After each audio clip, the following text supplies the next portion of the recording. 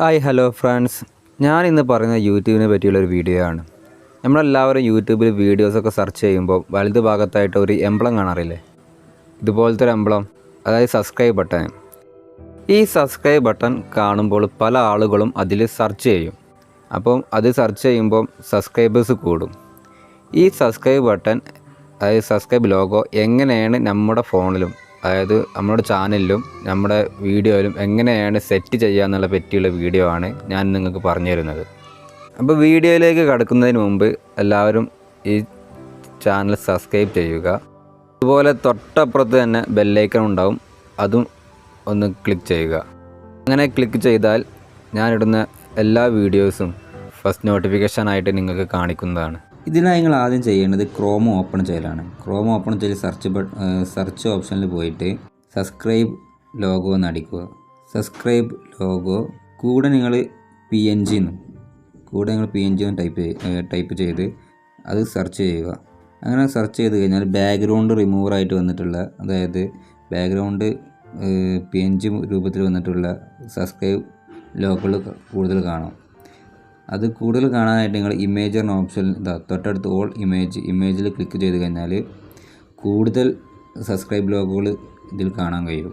ഏതാണോ നിങ്ങൾക്ക് ഇഷ്ടപ്പെട്ടത് അത് ആ സബ്സ്ക്രൈബ് ലോഗോ നിങ്ങൾ ഡൗൺലോഡ് ചെയ്യുക.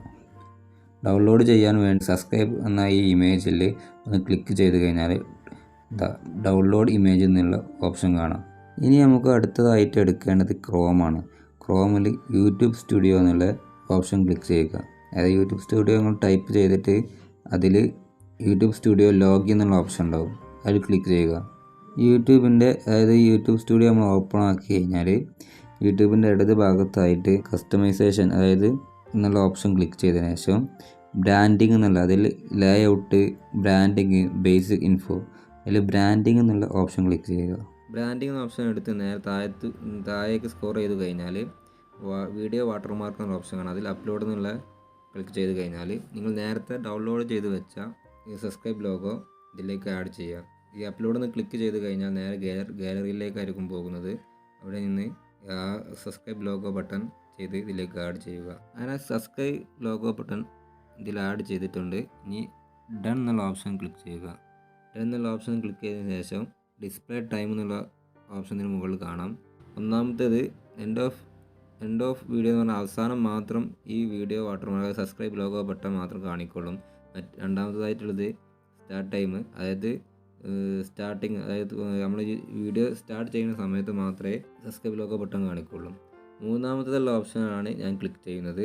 അതിൽ വീഡിയോ തുടങ്ങുന്ന മുതൽ അവസാനിക്കുന്ന വരെ ഇതിൻ്റെ സബ്സ്ക്രൈബ് ലോഗോ ബട്ടൺ നമ്മൾ വീഡിയോയിൽ കാണിക്കുന്നതാണ്.